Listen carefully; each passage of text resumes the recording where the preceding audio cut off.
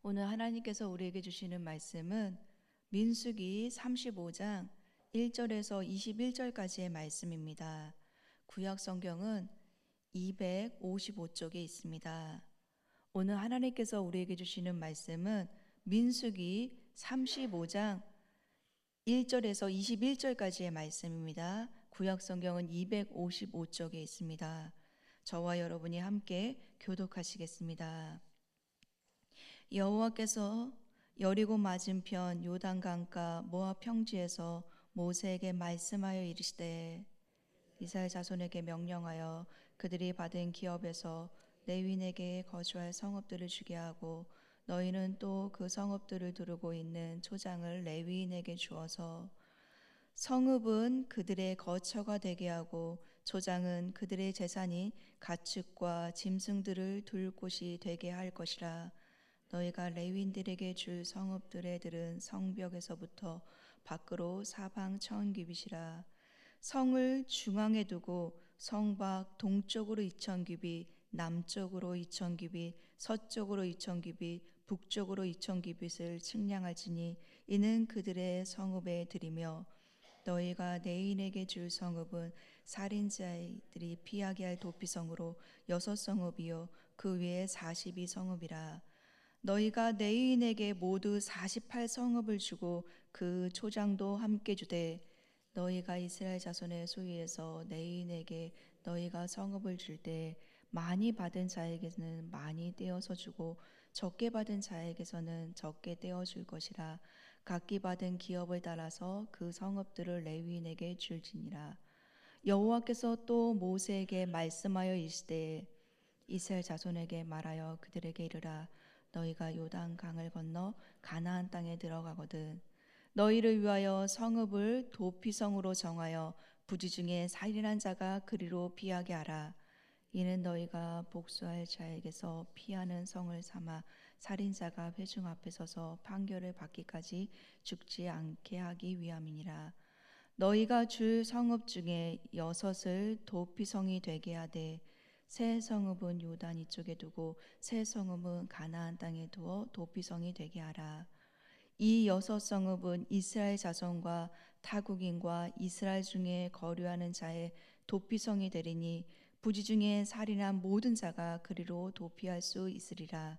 만일 철 연장으로 사람을 쳐 죽이면 그는 살인한 자니 그 살인자를 반드시 죽일 것이요 만일 사람을 죽일 만한 돌을 손에 들고 사람을 쳐 죽이면 이는 살인한 자니 그 살인자는 반드시 죽일 것이요 만일 사람을 죽일 만한 나무 연장을 손에 들고 사람을 쳐 죽이면 그는 살인한 자니 그 살인한 자는 반드시 죽일 것이니라. 피를 보복하는 자는 그 살인한 자를 자신이 죽일 것이니 그를 만나면 죽일 것이요 만일 미워하는 까닭에 밀쳐 죽이거나 기회를 엿보아 무엇을 던져 죽이거나. 같이 읽겠습니다. 악인을 가지고 손으로 쳐 죽이면 그 친자는 반드시 죽일 것이니 이는 살인하였음이라. 피를 보복하는 자는 살인자를 만나면 죽일 것이니라. 아멘. 수요일 대면과 온라인으로 새벽 예배 드리시는 모든 분들에게 점점 여름이 다가오는데요. 건강 잃어버리지 않으시고 영육간에 강건하시기를 간절히 기도하겠습니다. 아멘. 저는요 1남 4녀 중에 셋째 딸로 태어났습니다. 저희 집에서는 맛있는 음식이 있을 때는요 동일하게 분배하거나 공평하게 분배하지 않았습니다. 우리 집의 우선권은 먼저는 첫째 언니에게 있습니다. 그리고 남자가 우선권이 많았어요. 그러기에 저는 어렸을 때 이렇게 자라면서 이런 생각을 했습니다. 아유, 제가 첫째로 태어날 걸, 아니 제가 남자로 태어날 걸, 이렇게 부러워하면서 저희 집에서는 공평을 경험하지 못했던 것 같습니다. 근데 저는 이 공평을 하나님께로부터 배웠습니다. 오늘 민수기 말씀도요, 하나님은 공평하신 하나님이십니다. 하나님은 이스라엘 12지파 모두에게 지파 단위로 가나안 땅을 분배하도록 명령하셨습니다. 그리고요, 그 분배의 과정에서 공정하고 공평하게 이루어지기 위해서 대제사장 엘라살과 모세의 후계자인 여호수아가 전체 분배 과정을 총괄하도록 지도했습니다. 또한 땅의 분배 방법은요, 영적 지도자인 엘라살과 정치적 지도자인 여호수아가 보는 앞에서 각기 지파의 대표들을 한데 모아서 뽑았고요, 하나님 앞에서 제비뽑기 방식으로 분배가 이루어졌습니다. 그 결과 지파 간에 발생할 수 있는 갈등과 원망의 소지는요, 상당히 제거될 수 있었습니다. 이것이 하나님께서 모세에게 명령하신 방법이었습니다. 하지만 하나님은요, 레위인에게는 땅의 기업, 땅의 유업을 주지는 않았습니다. 그 이유는 하나님은 부르심에 따라 레위인에게 기업을 주었기 때문에 그렇습니다. 그래서 오늘 읽은 민수기 35장 말씀은요, 레위인의 기업에 대해 말씀하고 있습니다. 첫째, 하나님은 부르심에 따라 레위인의 기업을 성읍으로 지정하셨습니다. 본문 35장 2절의 말씀인데요, 우리 함께 읽어보시겠습니다. 시작. 이스라엘 자손에게 명령하여 그들이 받은 기업에서 레위인에게 거주할 성읍들을 주게 하고 너희는 또 그 성읍들을 두르고 있는 초장을 레위인에게 주어서. 아멘. 1절 본문 1절에는요, 하나님께서 모세에게 명령하셨습니다. 그 명령은 이스라엘 자손들이 유산으로 받은 땅에서 레위 사람이 살 성읍과 주변 목초지를 떼어주라고 말씀합니다. 그러니까요, 가나안 땅은 하나님께서 이스라엘 백성들에게 선물로 주신 땅입니다. 이제 그 선물 중에서 레위 성읍을 다시 하나님께 돌려드리는 것입니다. 그런데 하나님께 돌려드릴 때 많이 받은 자는요, 많이 돌려드리고 적게 받은 자는 적게 돌려드립니다. 또한 하나님께 돌려드릴 때 레위인들에게 목초지를 주는 이유는요, 레위인들이 받은 11조와 연관이 있기 때문에 그렇습니다. 레위인들은 11조 중에 거제로 드리는 소와 양을 자신의 몫으로 받았습니다.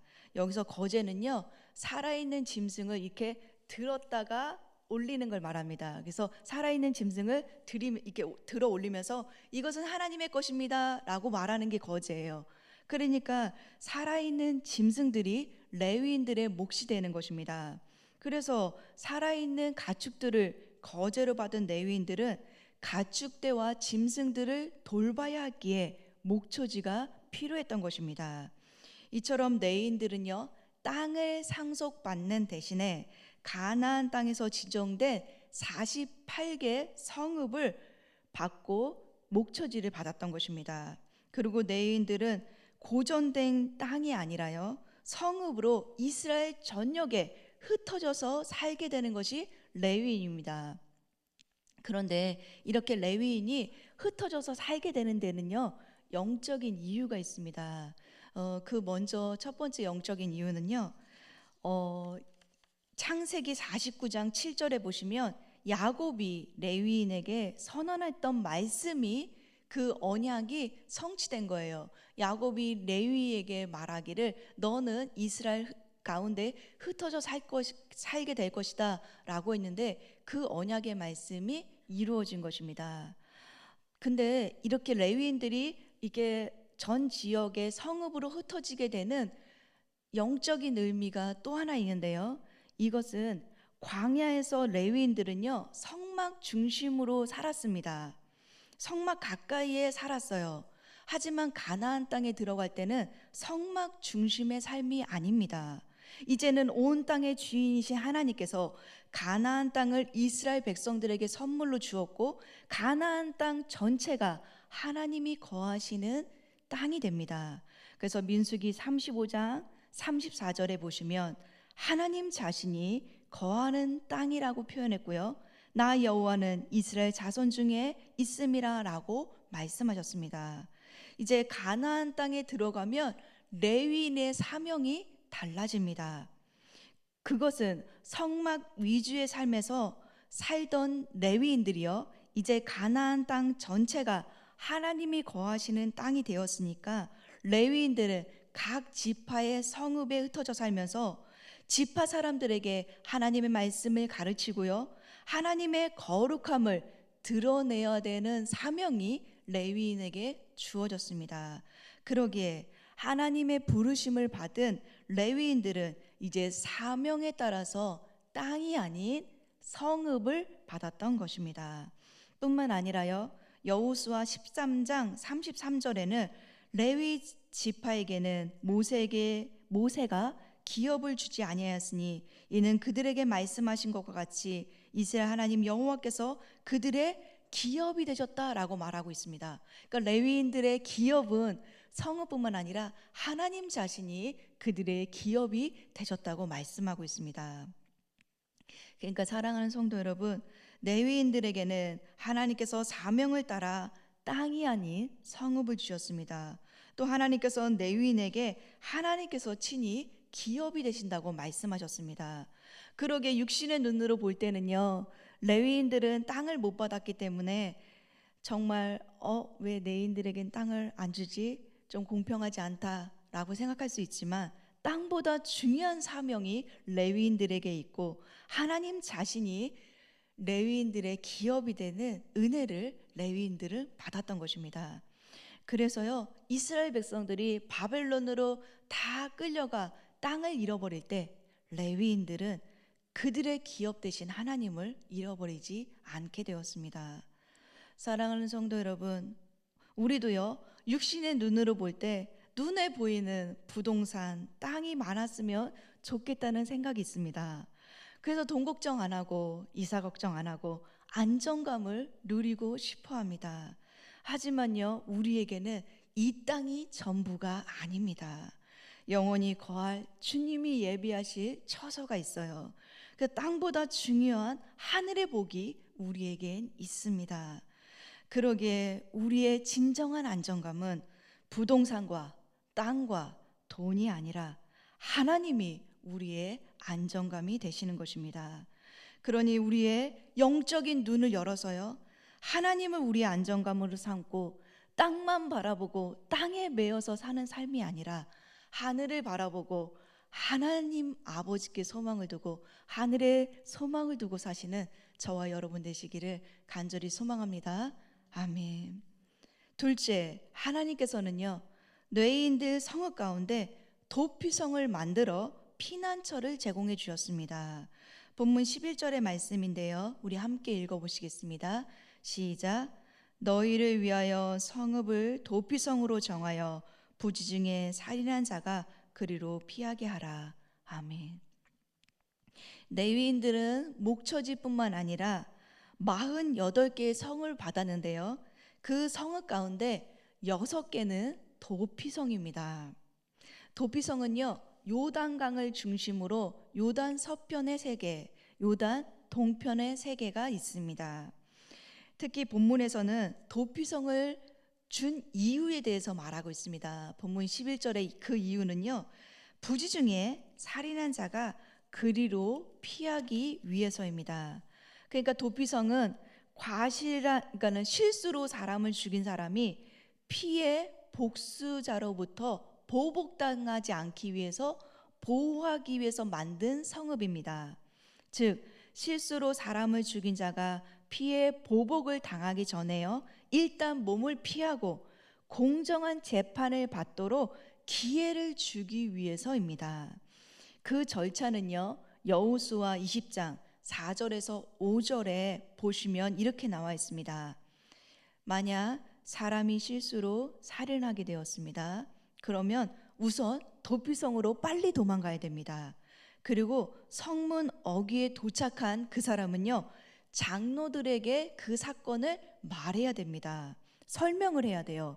그러면 성읍의 장로들은 그 사건의 그 설명하는 것을 다 듣고요, 그 사람을 일단 성읍으로 받아들입니다. 그리고 그 사람이 거할 수 있는 한 곳을 지정해서 거주하게 합니다. 그런데 이때 한 곳을 지정해서 거주하게 할 때는요, 살 집과 더불어 머무는 동안 생계와 직업까지 보장하는 제도가 도피성 제도입니다. 하나님께서 이렇게 도피성을 만드신 이유는요, 고대 근동 사회 풍습 중에요, 고엘 제도를 막기 위해서입니다. 그러니까 이스라엘의 고대 풍습 중에 고엘 제도라는 게 있었어요. 근데 이 고엘 제도는 세 가지가 있습니다. 첫째는요, 고엘은 자식이 없는 사람이 자기 죽은 형제를 대신해서 일을 있게 하는, 그러니까 그러니까 형이 죽었을 때 형수 대신해서, 자식이 없이 죽었을 경우에요, 그러니까 형 대신 형수와 잠자를 해서 그 자식을 이어가게 하는 것입니다. 근데 고엘은 또 두 번째는 형제가 어려움에 처했을 때 땅을 대신 사서 물어주는 역할을 하는 게 고엘입니다. 근데 마지막 세 번째 고엘의 역할이 뭐냐면요, 가족이나 친척 중에 한 명이 억울하게 죽임을 당하면 친척 중 한 명이 보복할 책임을 가지고 친족의 복수, 즉 원수를 갚는 것입니다. 그래서 피해 보복자가 되어서 형제의 죽음에 대해서 원수를 갚는 게 고엘 제도입니다. 그러니까 고엘 제도 때문에 복수가 악순환이 됐어요. 그리고 재판을 받아보지도 못한 상태에 억울하게 죽게 되는 사람이 생겨나게 된 것입니다. 그래서 계속 그곳에서는 땅에 피가 흐르게 됩니다. 그러면 어떻게 되냐면요, 땅에 피가 흐르면 그 피는 땅을 오염시키게 됩니다. 특히 억울한 사람의 피를 흘리게 되면 그 피는 더 땅을 오염시킵니다. 그러기에 도피성 제도는요, 잘못 흘려진 피로부터 땅의 오염을 방지하기 위해서 생겨난 것입니다. 즉, 땅을 오염시키지 않도록 하기 위해서 피 흘림을 막아주는 게 도피성입니다. 그 이유는 민수기 35장 33절에 너희는 너희가 거주할 땅을 더럽히지 말라. 피는 땅을 더럽히나니 피 흘림을 받은 땅은 그 피를 흘리게 한 자의 피가 아니면 속함을 받을 수 없느니라 라고 말씀하고 있기 때문에 그렇습니다. 이처럼 민수기에 나오는 가나안 땅은요, 하나님의 임재, 하나님이 거하시는 땅입니다. 그러니까 하나님은 이제 성막 가운데 머무른 게 아니라 가나안 전체에 머무르십니다. 그러기에 그 땅을 거룩하게 할 책임이 이 이스라엘 백성들, 특히 구별된 레위인들에게 있었던 것입니다. 그래서 하나님은요, 성막만 구별해서 그곳에 머무른 것이 아니라 이제는 가나안 땅 전체를 구별하고 그곳에 거하신다고 말씀하기 때문에, 가나안 땅 전체가 하나님이 거하시는 땅이기 때문에 구별해야 되고 거룩해야 되기 때문에 도피성 제도를 만드셨던 것입니다. 또한 본문 15절에 보시면요, 이제 도피성에 피할 수 있는 자격에 대해서 말합니다. 15절에는요, 그 자격은 이스라엘 자손과 타국인과 이스라엘 중에 거류하는 모든 자가 도피성에 피할 수 있도록 만드셨습니다. 그래서 이 권리는 1차적으로 이스라엘 백성들을 위한 도피성이지만요, 그들과 함께하는 종, 이방인, 여행자들도 적용을 받을 수 있는 법이 도피성입니다. 이처럼 하나님께서는 이스라엘 백성뿐만 아니라 타국인과 이방인도 거류인도 동일하게 그들의 생명을 소중하게 여기셨습니다. 하나님은요, 생명을 소중하게 여기십니다. 그리고 하나님은요, 그들이 억울하게 재판도 못 받고 죽지 못하도록 그들의 피난처가 되어 주셨습니다. 또한 하나님은 모든 이들에게 피난처가 되어 주십니다. 그래서 시편 기자는요, 하나님께 피하는 것이 사람을 신뢰하는 것보다 낫다고 고백하고 있습니다. 사랑하는 성도 여러분, 도피성은 가나안 땅이 공의로운 사회가 되어야 함을 말하는 것이며요, 생명의 소중함을 가르치는 장치가 도피성입니다. 여러분, 그 당시에요, 하나님께서는요, 이렇게 제사장 나라를 세울 때 억울한 사람이 없도록 만드셨습니다. 그리고 모두가 그 생명을 소중하도록 만드셨어요. 하나님은 인간의 실수를 용납하시고 도피성을 통해 그 실수를 감싸주시고 생명을 보호하셨습니다. 그러기에 도피성은요, 죄인들에게 하나님의 은혜를 상징하는 장소가 되었습니다. 하나님은 실수가 많고 연약한 우리들의 특성을 아시기에 안전한 장소로 도피성을 예비해 놓으신 것입니다. 이처럼 하나님은요, 죄인된 우리 인간을 위해서도 도피성을 마련해 놓으셨습니다. 그런데 우리가 기억해야 될 것은 도피성에 들어가면 안전하고 생명을 보장받는 것은 맞습니다. 하지만 도피성에 들어가면요, 사랑하는 가족들을 못 봐요. 언제까지요? 대제사장이 죽을 때까지 계속 그 도피성에 살아야 되는 것입니다. 그러기에 대제사장이 죽을 때까지 그 도피성에 사는 그 사람은 가족들과 떨어져 있고 혼자 그곳에, 자기 지파가 아니잖아요. 혼자 그곳에 사는 외로움을 견뎌야 하는 것입니다. 그러니까 일종의 감옥과 같은 역할을 했던 것이 또한 도피성이기도 합니다. 대제사장의 죽음을 통해서 대제사장의 피값으로 속죄를 이루고 그제서야 그 사람은 자유함을 얻고요, 자기 집으로 돌아갈 수 있는 것처럼 실수하고 연약한 우리들에게도요, 대제사장 되시는 예수님은 그 예수 그리스도의 죽음을 통해서, 그 예수 그리스도의 보혈을 통해서 우리를 용서하시고요, 진정한 제사함과 자유를 누리게 하셨습니다.